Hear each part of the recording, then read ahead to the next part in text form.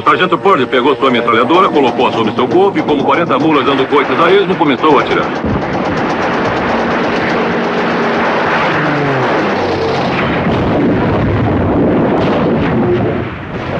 Um piloto japonês foi atrás de seus ancestrais na floresta Baton. Mas não restou muita coisa do sargento Purdy. Você sabia que esse clássico quase desapareceu?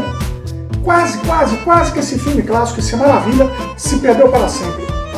Pois é, esse filme é o Ainda Serás Minha, de 1942, estrelado por ninguém menos do que o Tchutchuco Clark Gable e a Tchutchuca Lana Turner. Ele quase, assim, por muito pouco, ele quase fica esquecido no tempo. Eu sou o Guga, do canal TV Nostalgia, e hoje eu vou te mostrar como esse filme extraordinário foi resgatado, foi recuperado. Desde as histórias e curiosidades, até aquela raríssima dublagem que por muito pouco não se perde, que eu mesmo restaurei com todo cuidado, todo carinho que essa obra requer. Em 1942, em plena Segunda Guerra Mundial, me surge este filme emocionante.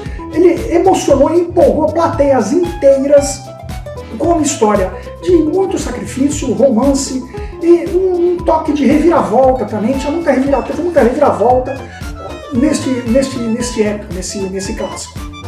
E décadas depois, o Guga aqui para vocês, o seu querido Guga, trouxe de volta o som que fazia essa obra vibrar nas telonas, como se nós estivéssemos recuperando assim um tesouro perdido. Aliás, é um dos inúmeros tesouros que temos recuperado aqui no canal, junto sempre com a participação de amigos muito queridos, colecionadores amigos muito queridos.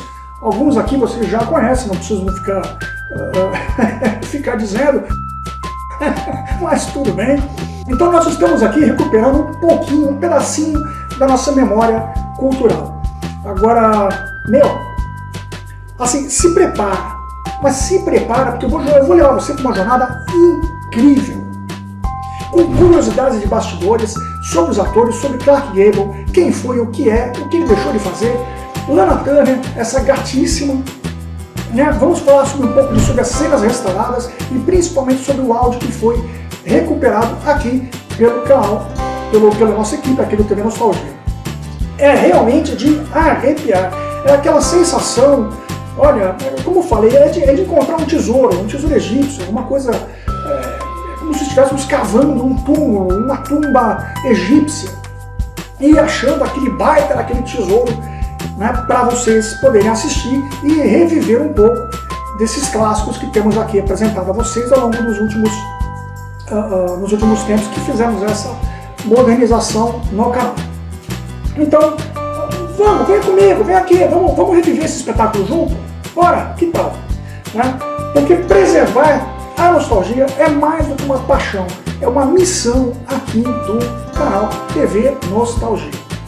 Antes de começarmos, já deixa aqui o seu like, né? Bota aqui teu comentário, se inscreva aqui no canal, tá aparecendo aquele monte de trequinho que gira, que eu não sei o nome desse negócio, né? Você já aceita teu like aqui, faça seus comentários. E eu tenho uma perguntinha para você aqui que está assistindo, você que gosta do clássico, qual é o próximo clássico que você gostaria de ver restaurado aqui pelo canal, aqui pelo TV Nostalgia? Deixa aqui nos comentários, vamos deixar aqui para vocês um espacinho, né, no topo dos comentários, bem fixado para vocês poderem comentar caso queiram. Então vamos lá, vamos manter viva a memória do cinema juntos com vocês. Sem mais delongas, sem mais quas, sem mais nhenhenhé, Ainda Serás Minha, de 1942. 80 e tantos anos já se passaram. E segue o filme.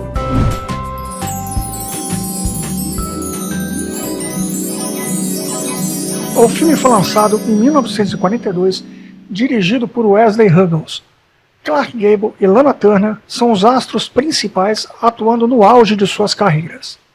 Imagine um drama romântico em plena Segunda Guerra Mundial, com intrigas, sacrifícios e a química inigualável de Clark Gable e Lana Turner. Esse é o coração de Ainda Serás Minha. No Brasil, esse filme foi lançado em 1º de maio de 1943, nas cidades do Rio de Janeiro e São Paulo. E ele foi uma sensação na sua estreia, daquelas que alvoroçaram mesmo os mais displicentes. Ele passou no cinema Metrô e tinha o Tenente Clark Gable, sim, Tenente Clark Gable, já vou explicar para vocês o porquê, com Lana Turner em Ainda Serás Minha. Sem a menor dúvida, esse foi um dos melhores filmes do querido astro e decididamente o seu último filme enquanto durou a guerra. Já que se sabe que Clark Gable abandonou naquele momento o cinema enquanto durou o período de combate. Já terminou de tentar todos os lugares que não sabem onde ela está? Mas se Ainda Serás Minha, enredo intensamente romântico, dos mais valiosos que a Metro-Goldwyn-Mayer utilizou naquela época, é toda uma esplêndida vitória para Clark Gable, e não o é menos para a belíssima Lana Turner, que nunca se mostrou tão perturbadora nem tão expressiva como nesse filme, corporizando a figura inesquecível de Paula Lane, que se apaixona irremediavelmente pelo jornalista Johnny Davis, que é o Clark Gable. E nessa paixão experimenta todas as angústias e todas as alegrias do coração feminino inflamado de ternura, disposto aos maiores sacrifícios, enfrentando pela glória de ser amada pelo homem de seus sonhos. Nunca, mas nunca Lana Turner foi tão perturbadora, nem tão sincera como nesse filme. Ela era uma musa, uma mulher assim absolutamente deslumbrante.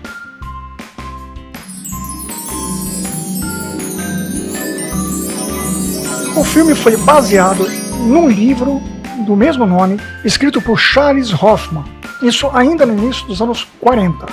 Aqui no Brasil, segundo a revista A Cigarra, em 1943, foi feito de fato o lançamento do livro. E era curioso relembrar algumas características dos artigos que foram publicados na época, como esse da revista Cigarra, onde menciona, abre aspas, todos os tormentosos dias dos últimos anos foram fixados com realismo incomum pelo escritor em Ainda Serás Minha, o romance que Epasa, editora pan-americana S.A., acaba de lançar.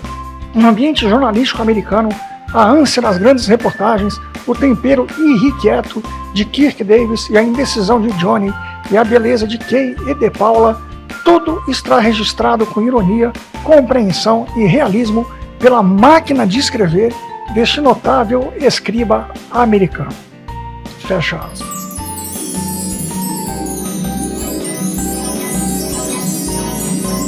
Lana Turner nasceu em 8 de fevereiro de 1921 em Wallace, Idaho, e ela é considerada uma das mulheres mais belas de Hollywood. Sua trajetória no cinema começou por pura determinação, após um professor de arte dramática sugerir, vejam só, que ela desistisse do teatro, afirmando na época que ela não tinha talento para atuar. Lana transformou essas palavras em motivação para estudar e se aperfeiçoar. Quer dizer, você queria acreditar nele e não conseguia fazer isso? Era aquela velha obstinação irlandesa mesclada com a francesa, pois Lana Turner, aliás, Julia Jean Mildred Frances Turner, o nome comprido, é descendente de irlandeses e franceses.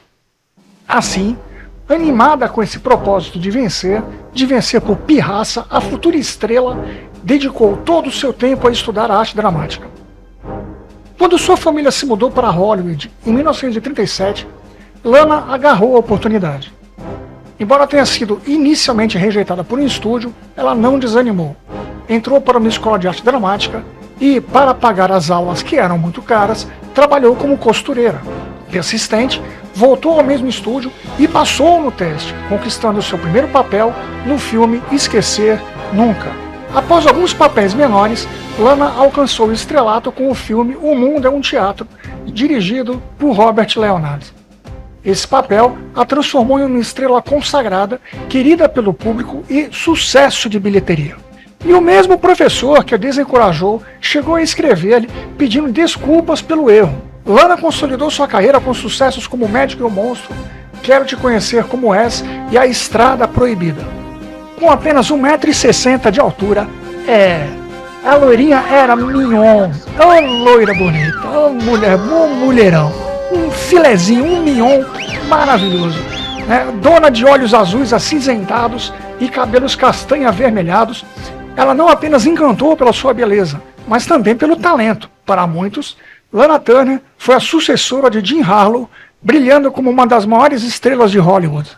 E agora vamos falar um pouco sobre o astro principal desta verdadeira obra-prima. Clark Gable nasceu em Cadiz, no estado de Ohio, no dia 1º de fevereiro. Seu verdadeiro nome é William Clark Gable. Seu pai se chamava William H. Gable e era operário na extração de petróleo. Sua mãe, Adeline Hershelman Gable, morreu quando ele tinha apenas 4 anos de idade. Seu progenitor contraiu novas núpcias e a família mudou-se para diversos lugares. E uma curiosidade, o pai de Clark Gable, Sir William, ele tinha um irmão mais velho chamado Franklin, que era casado com uma moça chamada Edna Anna, e ambos viviam em Hollywood. No entanto, em 1º de abril de 1930, o tio de Clark Gable, o Franklin, morreu de um AVC. Só que 3 anos depois, vejam só, o pai de Clark Gable, William, ele casou com a cunhada. Isso aí, ele casou com a senhora Edna Anna. Essa foi a 3ª esposa dele, ou seja, a 3ª madrasta de Clark Gable, e viveram muito bem por 15 anos, até a data da morte dela, por insuficiência cardíaca, no dia 19 de junho de 48. Olha que interessante, o pai dele foi casado com a própria cunhada. Quando completou 15 anos de idade, o jovem Clark entendeu que já era tempo de dirigir sozinho o barco de seu destino. Fez as malas e foi para Akron, a fim de trabalhar numa fábrica de borracha. Enquanto ali trabalhava, assistiu uma representação da peça A Ave do Paraíso e, de repente, resolveu tornar-se ator. Procurou o produtor teatral e pediu-lhe emprego. O homem lhe deu trabalho, mas o empregou apenas para atender as chamadas telefônicas e fazer mandados. Aos 19 anos de idade, ele se reuniu ao grupo de artistas denominado Jewel Players, ganhando $10 por semana. A companhia apresentou o primeiro espetáculo em Butte, Montana, mas a casa estava completamente vazia naquela noite de 1922. Clark apanhou um trem no dia seguinte e se dirigiu para Hollywood, resolvido a lutar para fazer carreira no cinema. Começou a trabalhar no palco, desempenhando um pequeno papel na peça O Grande Roubo de Diamante, em 1925. De então para cá, a sua ascensão foi rápida, cobriu-se de glória com o seu trabalho em O Vento Levou. Em 1939, casou-se com a estrela Carol Lombardi. Com ela viveu os dias mais felizes de sua vida, mas um trágico desastre de avião roubou-lhe a companheira no dia 16 de janeiro de 1942.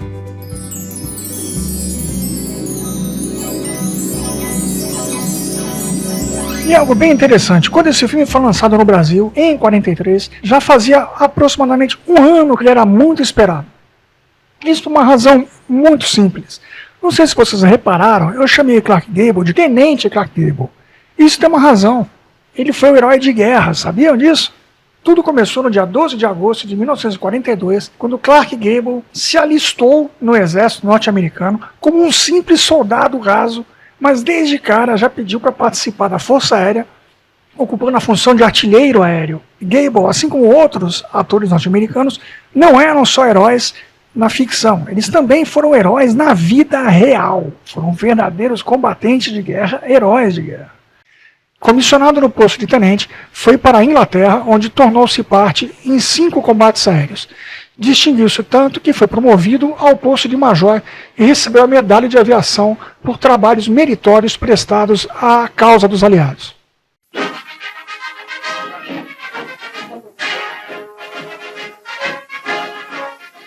Hollywood's most famous movie stars leave the film capital to help the government sell war bonds. Irene Dunn, Ronald Colman, Hedy Lamarr, Greer Garson, all part of a contingent of some 50 screen celebrities giving their time and talents to aid the national war effort.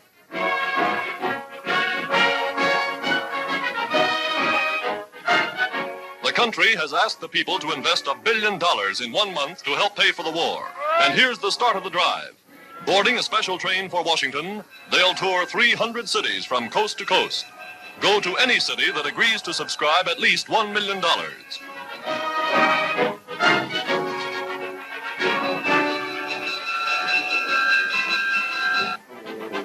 Yes, in democratic America, everybody is doing his bit. There goes Jimmy Stewart on his way to enlist. one of the most popular stars on the screen. Joining the Air Force as a private, Jimmy has now won promotion. Today, he's Lieutenant Stewart, USA. That husky young Negro en route to an Army induction center is the heavyweight boxing champion of the world, Joe Louis, the boy who beat Max Schmeling. The Army can use that fighting spirit, and Joe Louis is now a corporal of cavalry, somewhere in the West.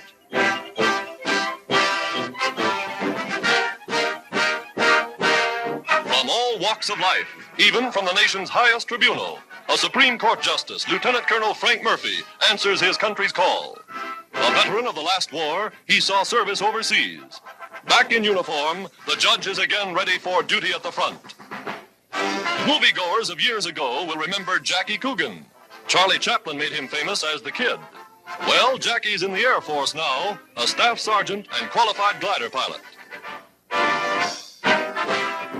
A movie star of modern times is sworn into service. Tyrone Power, hero of many a daring exploit on the silver screens of the world. He'll now play his greatest role as a Leatherneck Marine.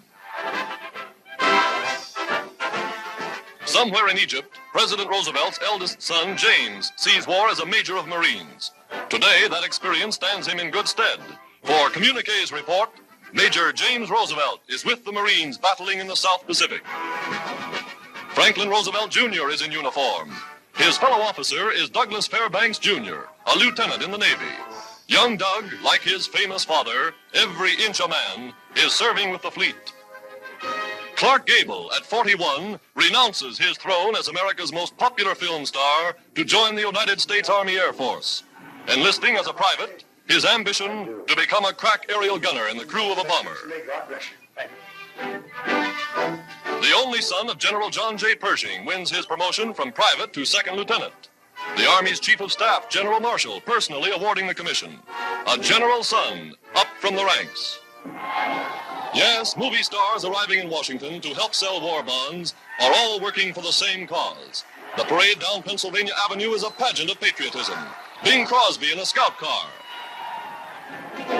Jimmy Cagney. Abbott and Costello, popular comedians of stage, screen, and radio. They all assemble on the Treasury steps to launch the drive for funds. Greer Garson, Jimmy Cagney, Ann Rutherford, Irene Dunn, Hedy Lamarr. And how that crowd lines up to buy bonds from their favorites. They buy knowing that every dollar invested helps send more planes, tanks, and ships to the United Nations. This is the people's way of saying, from the home front to the battlefront, from movie stars to sales clerks, America's 130 million citizens are in the war. Em outubro de 1943, voltou o brilhante astro para os Estados Unidos, onde passou a produzir filmes documentários para o exército americano. I've just returned from the 8th Air Force, commanded by General Eagle, flying with men who were aviation cadets only a few months ago. All I can say is, I can never hope to be in better company. Those boys can take it. And don't think they aren't dishing it out, too. Any kid who can handle himself, and he doesn't have to be an All-American to get into good shape, and who has a few brains, ought to be smart enough to find out how to become an aviation cadet. Any recruiting officer can tell him, or he can write to General Arnold so that one of the staff officers can mail the information. We're getting more and more planes. We need more and more gunners, pilots, navigators, and bombardiers, more aviation cadets.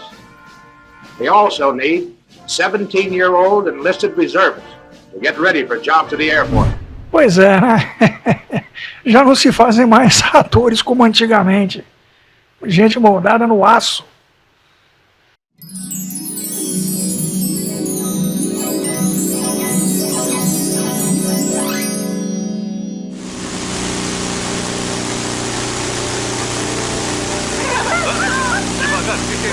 De ataque aéreo? Não, são voos. Ah, então é bang bang, não é bum bum. Subindo os degraus todos vocês andam, brinquem na esquina, Bom trabalho. Estão ouvindo essa chiadeira toda aí?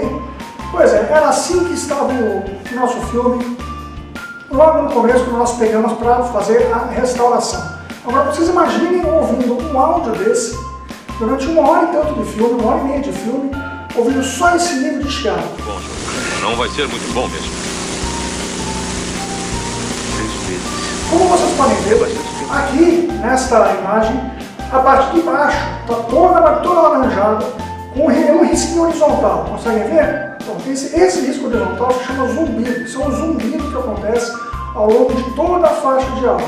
Neste caso, ele está nas frequências mais baixas do áudio. E esse monte de chuvisco que aparece aqui na imagem, esse monte de pontinho um ao lado do outro, esses são os ruídos normais do filme, que na verdade são ruídos de fundo, né, oriundos de uma péssima gravação, uma mídia que estava muito ruim, né, esse áudio estava realmente bastante degradado. Então, todo esse problema, esse excesso de ruídos no meio do áudio, no meio das vozes, da trilha sonora, da sonoplastia, né, somado com o zumbido, causou esse efeito nada muito agradável de se ouvir. Como é que sabe? Nada durou 6 meses com você, nem mesmo a crise dos 7 anos. Talvez sim, Júnior. Mas quando conhecer a garota certa, eu vou saber. Assim, ó. E você também. Bom, mas eu posso ser devagar e correto, Johnny. Agora, e quanto a Paula Lane? Por que quer encontrá-la? Achamos que está com problema. Somos amigos dela. Se é por isso que está nos enrolando. Se conhecem o Sr. Kirsten, provavelmente é verdade. Meu nome é Davis, tenente. Correspondente. Eu peguei uma carona com os rapazes. Sei.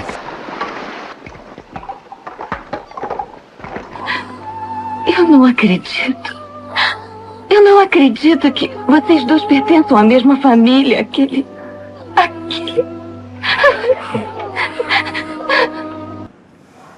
Agora vocês estão vendo o nosso áudio um pouco mais limpo, sem esse excesso de zumbido e sem esse nível excessivo de ruídos. Para que nós conseguíssemos chegar nesse resultado, foram 3 semanas de trabalho em cima deste áudio. O que foi feito, no caso, vocês vão acompanhar agora em seguida, foi basicamente uma remoção de todas as frequências desse áudio. Nós na verdade, isolamos esse áudio e separamos esse áudio em 4 faixas diferentes, né, que foram criadas 4 trilhas desse áudio, tanto do áudio dublado quanto do áudio original em inglês. Por quê? Porque não teve como consertar este áudio diretamente fazendo uma técnica que a gente costuma utilizar aqui no canal, que é a de amostragem. Você pegar uma amostra do nível de ruído que você quer e você ir atenuando ao longo de todo o vídeo. Isso, infelizmente, nesse caso não foi possível, porque o áudio acaba metalizando, acaba sendo removido em excesso esse nível de ruído e, infelizmente, ao longo deste filme, a 1h de filme, você vê várias cenas com variações nesse tipo de ruído. Então tem algumas cenas que estão com nível mais alto de ruído, outras no nível mais baixo, então não há como você padronizar. Então a única hipótese para poder fazer a restauração correta deste filme foi aquela restauração um pouco mais cirúrgica, né, onde nós pegamos o áudio original, obviamente neste caso em inglês, isolamos esse áudio, separamos esse áudio em 4 ou 5 áudios diferentes, né? E depois remontamos o áudio em inglês, só que sem a dublagem em inglês, sem o áudio, as falas em inglês. Né? Levou aproximadamente uma semana e meia, apenas para fazer esse isolamento de tudo em detalhes. A faixa de áudio em inglês estava com alguns problemas também, porque não importa qual programa você acaba utilizando, sempre fica um resquício de voz em algum outro áudio, em algum outro arquivo que é gerado. Feito essa separação, nós depois fizemos a mesma coisa com o áudio dublado, só que fizemos o caminho inverso. Fizemos as separações do áudio dublado em 4 faixas diferentes e trabalhamos em cima da faixa destinada apenas à voz, apenas à dublagem. E foi a mesma coisa, praticamente uma semana a mais, só para poder limpar, para poder filtrar toda a parte da dublagem, quer dizer, uma trabalheira que não teve mais tamanho. Mas como vocês podem perceber aqui, o áudio ficou de uma qualidade bastante razoável, foi mantida a sonoplastia, mantivemos a trilha sonora e mantivemos a dublagem absolutamente intacta. Então, com vocês, seguem aqui mais alguns trechinhos do nosso trabalho restaurado, né? Aproveitem.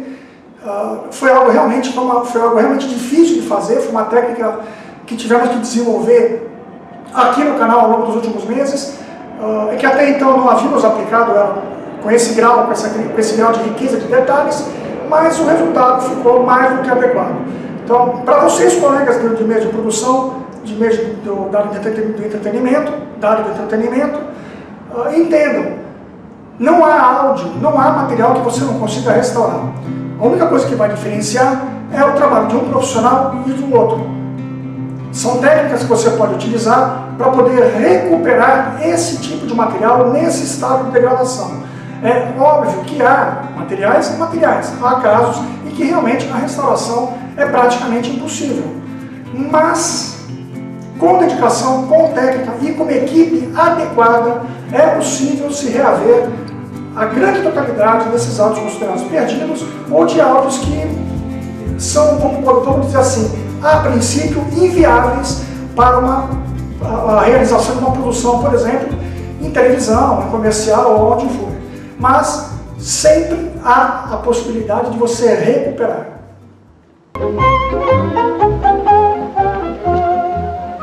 Dorothy, eu tenho um encontro hoje. Que tal minha salinha, hein? Ah, ele é toda sua hoje, Johnny. Uma mulher nem sempre tem como amarrar um homem. Me diz, por que você não quer que eu vá? Esse bêbado sabe mais do que o chefe sobra. Pare! Nada como um pouco de proteção. Identificação? Agora, e quanto a Paula Lane? Por que quer encontrá-la? Achamos que está com problema. Somos amigos dela. Se é por isso que está nos enrolando. Se conhecem o Sr. Kirsten, provavelmente é verdade. Olha, aqui com os japoneses por perto. Depois que forem contrabandeadas, terão uma chance. Pelo menos não terão que se esquivar das bombas. O que esperava fazer com esse canhão? Esperava tirarem quem tentasse me deter. Age como se as crianças fossem suas. Acho que quando as crianças estão com problemas, pertencem a todo mundo. Não. Eu também não. Mas meus outros reflexos parecem bem. Olha, se a falta de dinheiro te deixa triste, sei onde pode conseguir um emprego. Deixa eu te dizer uma coisa. Pela primeira vez na minha vida, também não quero trabalhar. Cuida bem da menina, hein?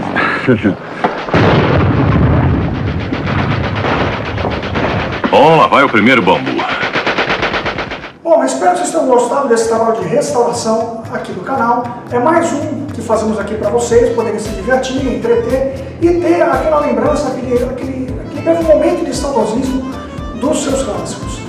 E para você que também gostaria de poder reaver esses áudios, seja você um produtor, num estúdio de televisão ou de comercial, e você por acaso tenha esse tipo de material com uma qualidade que precise de cuidados, não tenha vergonha, não tenha medo, entre em contato conosco aqui no canal, passe esse material para nós, a gente pode fazer uma análise desse material e vermos a possibilidade, não estou dizendo que vai ser feito, mas a gente pode fazer uma análise deste material para ver se é possível recuperar. Então, seja você um produtor ou até mesmo um colecionador, uma pessoa física, quem queira, né? Caso você tenha algum material que queira ser recuperado, principalmente a questão do áudio, que no nosso caso, na Criptonostalgia, nossa especialização em restauração dessa parte em relação ao áudio, a matéria da parte sonora, né? Então, caso você queira, entre em contato conosco e nós vamos ver se há realmente uma possibilidade de poder lhe ajudar, né? É sempre bom nós lembrarmos que nem todo material é possível de se fazer uma recuperação, uma restauração.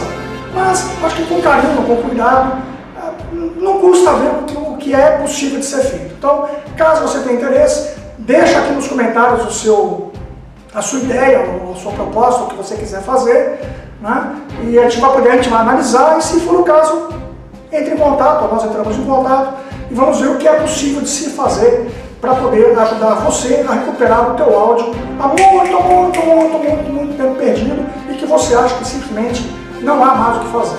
Ok? Então, muito obrigado, até a próxima, bye bye, so on, e nos vemos na próxima restauração aqui do nosso TV Nostalgia.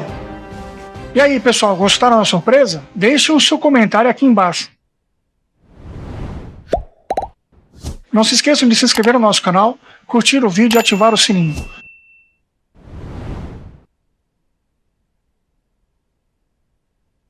Até a próxima!